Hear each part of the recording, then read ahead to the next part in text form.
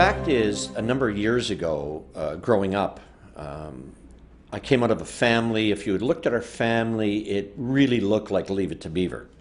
The truth is, on the inside, it was very much like One Flew Over the Cuckoo's Nest.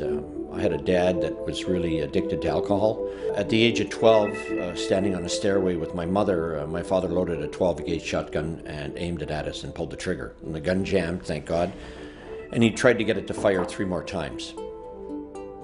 What that did to me, I think, as a 13-year-old or 12-year-old boy, is that it shut me down emotionally.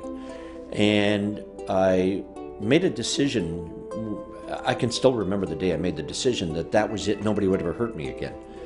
As a teenager, I was at a boarding school in Northern Ontario, and my mom became ill with cancer, and one of the priests came to me and said, "You know, David, your mom is not doing well. She may not make it, and we need to know what to do with you, and we're thinking of putting you back with your dad." And the thought of that was just so incredibly terrifying to me. The problem was that I would never talk to anyone about how I was feeling. I didn't know how to express those emotions. I tied happiness to material success.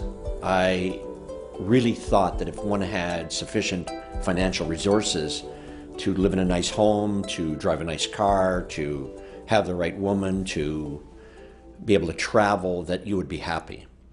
What I didn't understand was that happiness is a byproduct of living correctly and living right. Well, I made a decision to return to school. I enrolled at Simon Fraser University in Vancouver, British Columbia. In truth, I made my first film in graduate school when I was admitted into the MA program in communication theory. I realized that this was what I wanted, but I was driven again to get an education, to start making films, to succeed, because I thought I would be happy. I hooked up with somebody that was quite talented and remarkable, and we, early on, acquired a great deal of success. I had Philip directed a film that was nominated for an Academy Award.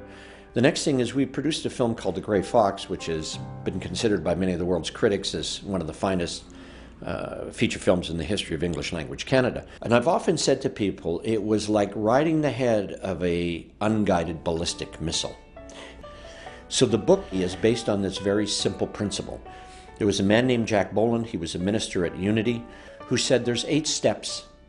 So the first half of my book tells in a general way the story I've just told you. The second half starts with step 1, which is to recognize I'm powerless. There are 8 simple steps that when I utilize them using spiritual principles, and it doesn't matter whether you're Catholic, Hindu, Buddhist, Muslim, it's recognizing that each one of us has a belief in something greater than we are, that when we ask it for help, we get it. So it's not important to me what you believe, it's just important that you believe. I think that for many of us, we don't recognize our humanity, and we don't recognize how flawed we are, and we're trained not to.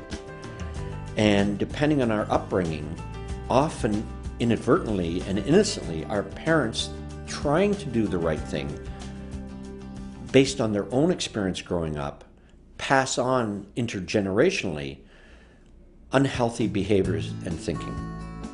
I suffered from massive codependency as a result of being raised in an alcoholic family.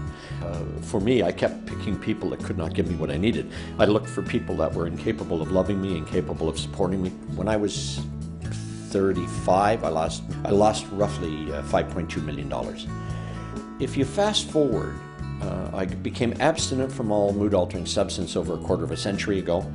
I was in my 30s, and I began to really examine what happened to me. Why, at the age of 35, and particularly having achieved so much, did I self-destruct?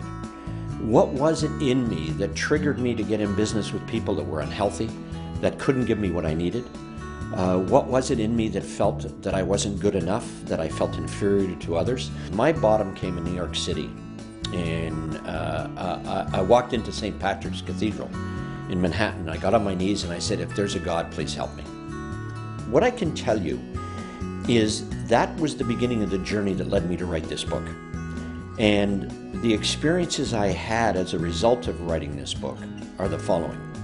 I am just so happy today. I'm so grateful for the fact that my life has turned around, that I have enjoying peace of mind and happiness.